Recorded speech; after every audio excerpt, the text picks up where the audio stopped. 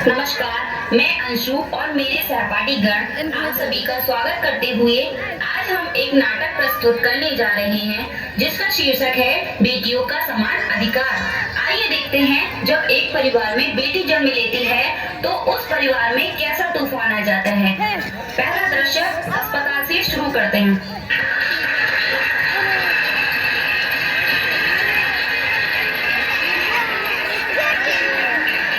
मिश्रा जी, बधाई हो, आपके यहाँ बेटी ने जन्म लिया है। हे भगवान, ये कैसा अनर्थ हो गया। मैंने कौन से पाप किए थे जो मेरे यहाँ बेटी पैदा हुई है। अरे मिश्रा जी, आप कैसे पिता हैं? आपको तो खुश होना चाहिए कि आपके यहाँ लक्ष्मी ने जन्म लिया है। हे भगवान, ये कैसा अनर्थ हो गया। अब तो हमें नरक में भी जगह नहीं मिलेगी। अपनी शरारत को कैसे मुंह दिखाएंगे। अब वंश आगे कैसे बढ़ेगा। जब बेटा इसे तालाब में डाला, हम क्या करेंगे इस बेटी का।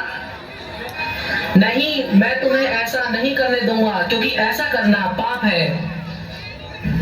ले डॉक्टर, अब अपना मुंह बंद रखियो, जल्दी बेटी ला कर दे। ठीक है माँ जी, अब तो मैं अपना मुंह जरूर बंद रखूंगा, अभी लाकर देता हूँ।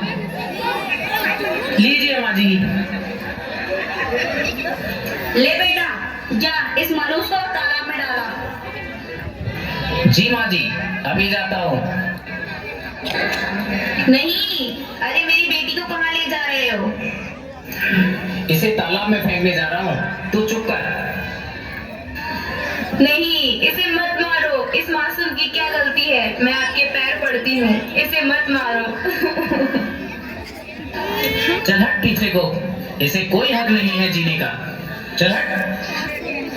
चल हट, चुड़ैल कहीं की। एक तो बेटी पैदा कर दी और कहती है मत मारो इसे। अरे तुझे तो कुछ करना चाहिए, तेरा काम मेरा बेटा कर रहा है जो तुझे करना था। चल हट जा यहाँ से। नहीं माँ जी, मत मारो मेरी बेटी को। इस मासूम की क्या गलती है। ये तो कुदरत का निर्णय है। मैं आपके पैर पड़ती हूँ, छोड़ दो इसे। भगवान के लिए छोड़ दो मेरी बेटी को। भगवान इन बच्चों के लिए जोरदार तालियां हो जाए। जो बेटी को बहुत समझते हैं, अगर इंसान है तो बेटी पिता का स्वाभिमान है।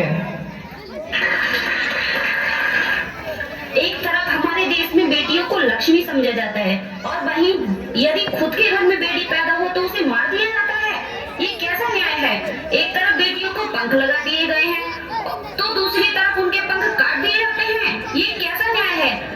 चलिए आगे देखते हैं अगले पड़ाव की ओर। देखिए लड़की के साथ कैसा भेदभाव किया जाता है। दादी, ओ दादी। क्या है बेटा। दादी, मुझे 1000 रुपए चाहिए।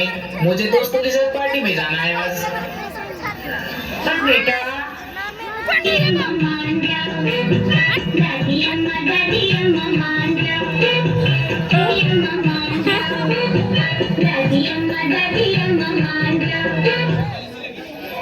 चल ले बेटा, मेरा प्यारा बेटा, जा मस्ती कर।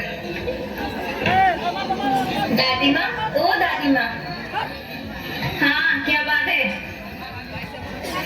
मुझे स्कूल की फीस के लिए 50 रुपए चाहिए। अरे मनहूस, मैं तुझे 50 रुपए कहाँ से दूँ। मेरे पास क्या पैसे का पेड़ लग रहा है। वैसे तुझे पढ़ने की क्या जरूरत है। तुझे दूसरा ही चूल्हा चौका ही तो करना है। चलिए यहाँ से।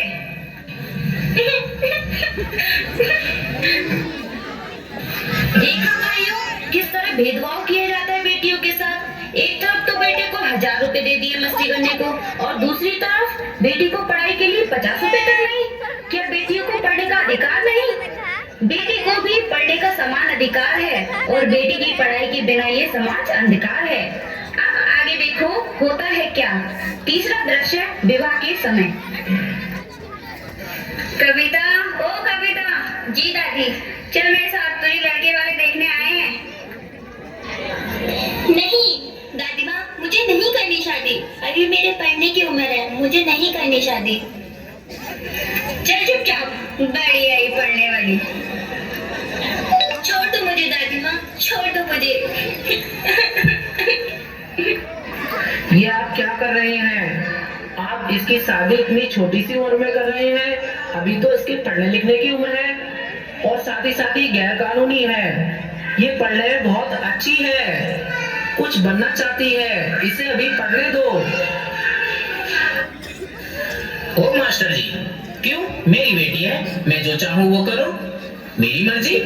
मेरे पास इसको पढ़ाने के लिए कोई पैसा नहीं है। मैं इसकी शादी करके मैं इससे छुटकारा पाना चाहता हूँ। चलो, इसकी पढ़ाई का भार मैं उठाता हूँ, पर इसकी इतनी छोटी उम्र में शादी मत करना। वैसे तो लोग हर जगह अपने बेटे के लिए पढ़ी लिखी लड़की चाहते हैं, लेकिन खुद की बेटी के लिए कोई गौर नहीं देता। अस्पताल में लेडी डॉक्टर से ही अपनी पत्नी का इलाज कराना चाहते हैं, लेकिन अपनी ही बेटी को पढ़ा लिखा कर डॉक्टर बनते नहीं देखना चाहते। ये कैसा रिवाज है हमारे देश का?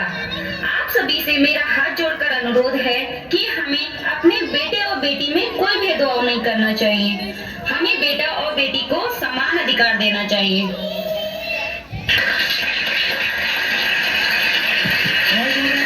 जोरदार तालियां बच्चों के लिए।